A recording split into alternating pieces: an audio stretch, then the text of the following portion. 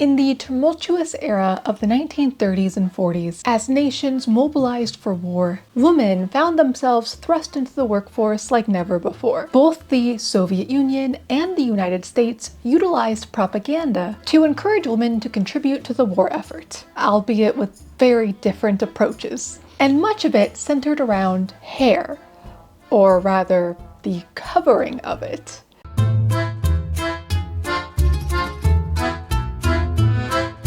Assalamu alaikum, comrades. Today we're going to talk about propaganda about head covering for the sake of work safety.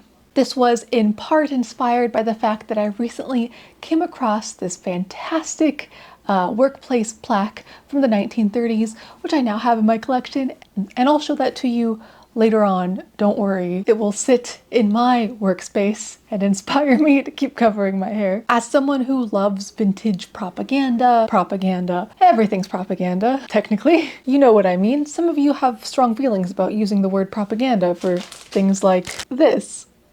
I love collecting and researching propaganda art from the Soviet Union, and some of my favorite topics are those that involve me. Naturally, we all are drawn to things that can relate to you. For me, that's posters with headscarves and some other things. Like, I really like anti-drunkenness posters. But work safety directed towards women is a very interesting topic because a lot of the slogans revolve around covering your hair. And as a Muslim who adheres to a certain level of Islamic modesty, some of you love to tell me I don't. Anyways, I relate to it. I like it.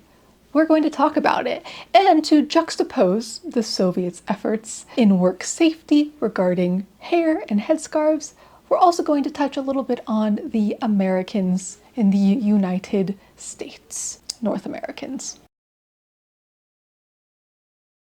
So in the United States, glamour and beauty, their ideas of it anyways, their standards, were not like sacrificed in this effort, with stars like Veronica Lake very famously setting a trend for fashionable yet practical hairstyles in the workplace. Before the war, Veronica Lake's one-eyed hairdo established a style that swept the feminine face of the country. Veronica's witch lock received the stamp of approval from young girls the country over. In a changing world, however, a change of hairstyle was indicated. Not bad on a dance floor, perhaps, but this lake's eye view is entirely out of place in a war production plant. Valuable time is lost on a futile gesture. Uncontrolled hair will never stay in place.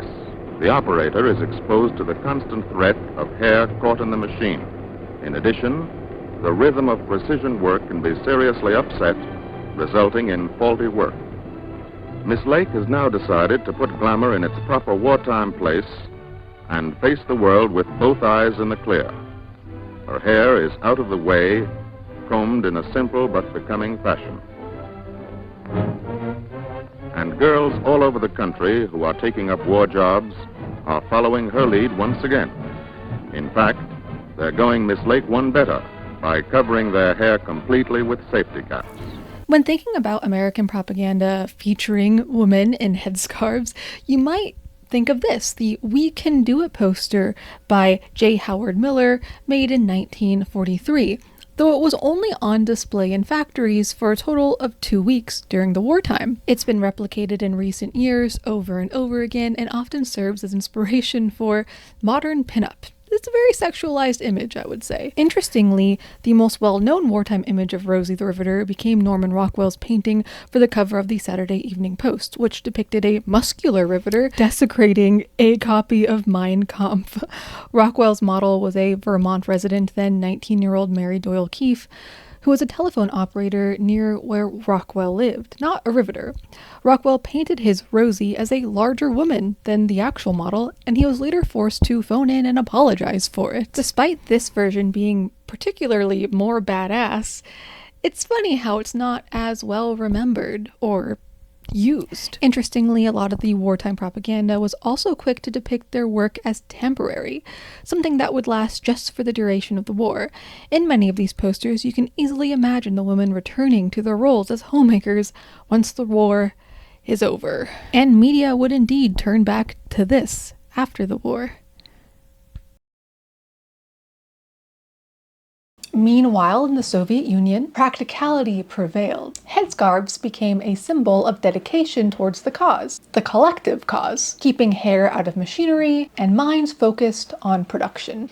Historically, headscarves were already common for many of the peasant women, especially those on farms. And culturally, headscarves have always had a significant play in general costume. So for the Americans, as I mentioned, maintaining beauty was paramount, even in the face of industrial labor. Why do you think that is? The pervasive sexism in American society during the 1930s and 40s had profound effects on women's lives, limiting their opportunities and reinforcing restrictive stereotypes. These cultural representations and societal structures contributed to a widespread belief that women's primary role was in the home, which took decades of social movements and legal reforms to begin to dismantle, yet it is still pervasive today.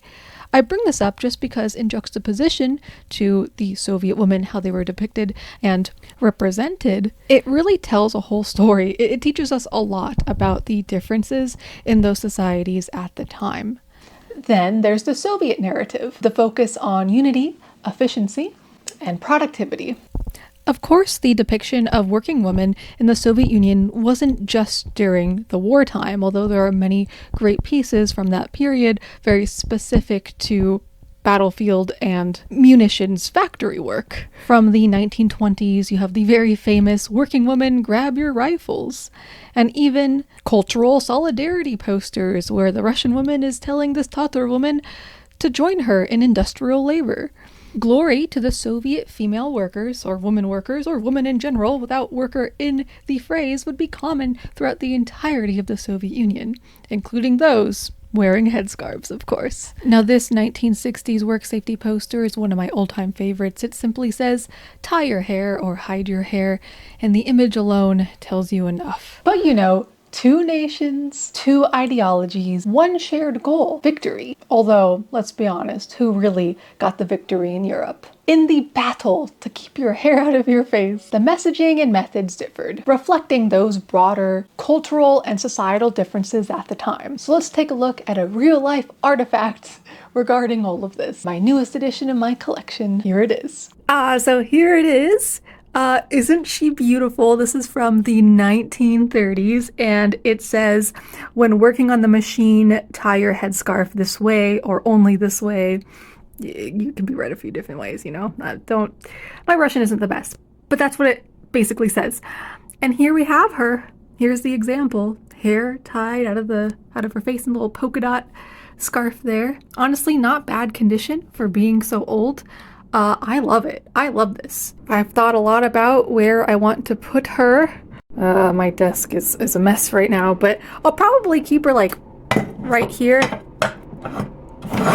You know, in a spot where I will always see this. Let's look a bit closer at the condition of this.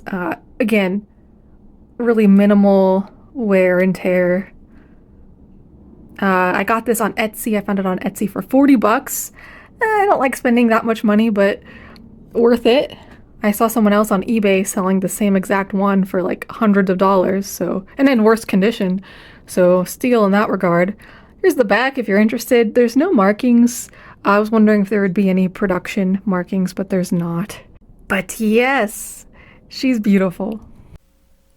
And just for fun, I thought I'd show you some scarf styles that you could use working in the factory or the farm. Classic tie in the front. Here we go. I apologize, it's over the scarf that I already have on. And next would be to tie it in the back. This is how I do it. Again, I'm wearing a scarf underneath, so it's pretty suffocating to do it like this, and it looks a lot bulkier than it would have normally. And then lastly, I want to show you probably the most practical way to do it. I'll remove my underscarf here, like that. Don't worry, I don't mind showing my neck a little bit. it's not the end of the world. But this is probably the most common style that workers would be using to keep all of their hair out of their face, and keep it secure. Essentially, you would tie it under the bun behind your head, and you can see no hair coming out. There we go. And even those can be out of the way. And here's my little my little worker outfit. I was feeling it. Sorry. Anyways, comrades, thank you for getting this far and listening to me. I was really excited when I found that plaque. But I have a question for you guys, because here I only talk about the United States and the Soviet Union. And I'm very curious about this sort of messaging existing in other parts of the world at this time, in the 30s and 40s, and the shift towards women in the workforce. Many of you are from all over the world, and I'd really love to learn about other examples of this. Please let me know down below if you have any links or examples to something like this within your own country.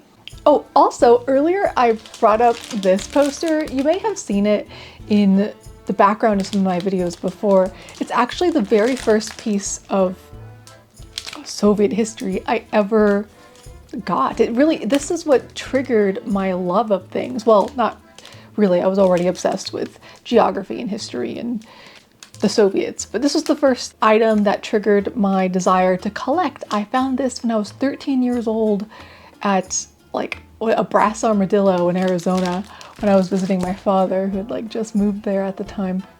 And of course it's a reprint, but I was so like enamored by this. I had to have it, and it holds a special place in my heart. I thought I'd just mention that here. And also, she's wearing a scarf. Actually, I think she's wearing a Orenburg shawl, and I don't think it's for work reasons, but it's propaganda and it's a scarf, so wanted to bring that up.